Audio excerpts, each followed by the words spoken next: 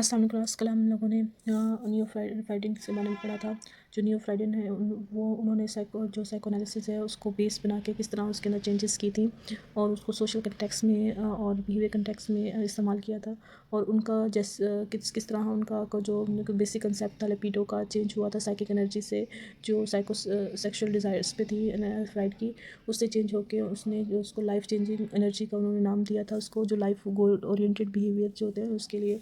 तो उसके अंदर हमें एरिक एरिक्सन ने कुछ साइको सोशल स्टेजेस दी थी जो उसकी पूरी लाइफ स्पेन के ऊपर डिपेंड करती थी कि वो किस तरह उसको लेके चलता है। सबसे पहले इसने इन्फेंसी स्टेज जो 0 से लेकर 1 साल तक के बच्चे होते हैं ना, वो कौन से क्राइसिस को फॉलो करते हैं। उनमें ट्रस्ट और मिसट्रस्ट के वाला क्राइसिस वो आज आता है।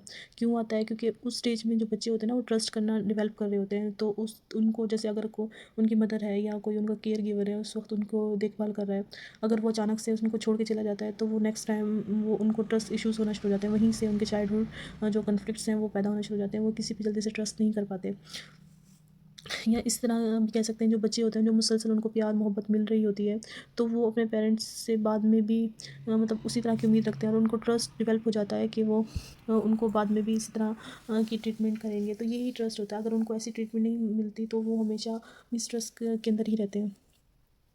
उसके बाद हमारे पास है अर्ली एडल्टहुड, जो 2 से 3 साल तक की उम्र के बच्चे होते हैं। ये कौन सी क्राइसिस को फेस करते हैं? ये ऑटोनॉमी वर्सेस शेम और डेप्थ को करते हैं। मतलब इस स्टेज में जो बच्चों की ना एक्सरसाइजेस हो रही होती हैं, वो ट्रेनिंग हो रही होती है।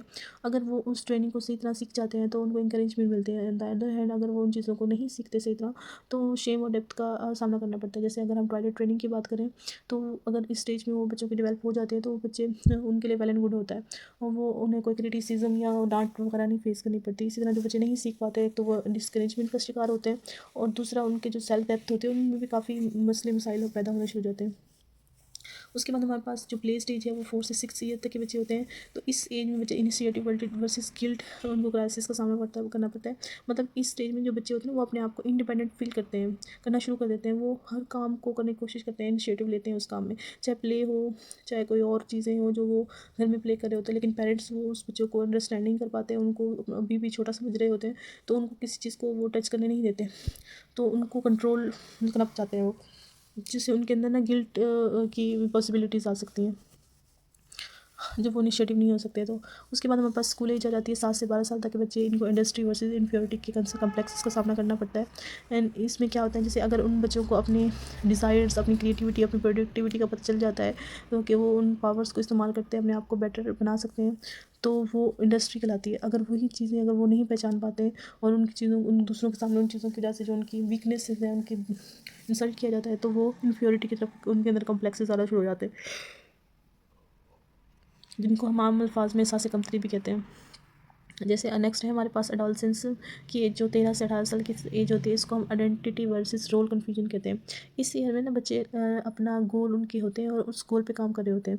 उनको अपनी सेल्फ वर्थ, सेल्फ और दुनिया को अपने नज़रिए से देखने की एक मतलब सेंसेस पैदा होती है उनके अंदर और सर्टेन अनसर्टेनिटी पाई जाती है आइडेंटिटी के लिहाज से। अगर उन्होंने अपने गोल के ऊपर काम किया और उनको मिल भी जाता है वो, तो वो उनकी आइडेंटिटी लाती है। अगर उनको कोई काम समझ में नहीं आता, उनके रोल गोल्स चेंज होते रहते हैं तो वो हमेशा रोल कन्फ्यूजन का शिकार ही रहते हैं। नेक्स्ट है हमारे पास यंग अडल्टहुड, जो अर्ली 20s के अंदर होते हैं, मतलब 30 और 20s के दरमियान में होते हैं। तो इंटीमेसी वर्सेस आइसोलेशन, इस स्टेज में जो बच्चे होते हैं ना वो कमिटमेंट, बच्चे नहीं बड़े कमिटमेंट शो करते हैं, मतलब शादी वगैरह या रिलेशनशिप जो होते हैं मेंटेन करता है। अगर इस स्टेज में वो सक्सेसफुल रिलेशनशिप डेवलप कर लेते हैं तो वो उनकी इंटीमेसी कहलाएगी। अगर नहीं कर पाते तो वो उस आइसोलेशन में आ जाते हैं, वो अलग हो जाते हैं, मतलब तन्हा रहना ज़्यादा पसंद करते हैं।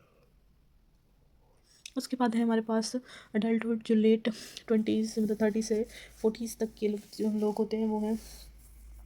वो फेस करते हैं जेनेटिविटी वर्सेस स्टिग्नेशन। स्टिग्नेशन का बताओ तो रुक जाना, और जेनेटिविटी का मतलब होता है मतलब जनरेट करना, आगे सोसाइटी में इम्पैक्ट डालना। इस स्टेज में जो अडल्ट्स होते हैं वो अपना काफ़ी कंट्रीब्यूशन डाल चुके होते हैं उसके अंदर, मतलब हमारी सोसाइटी के अंदर।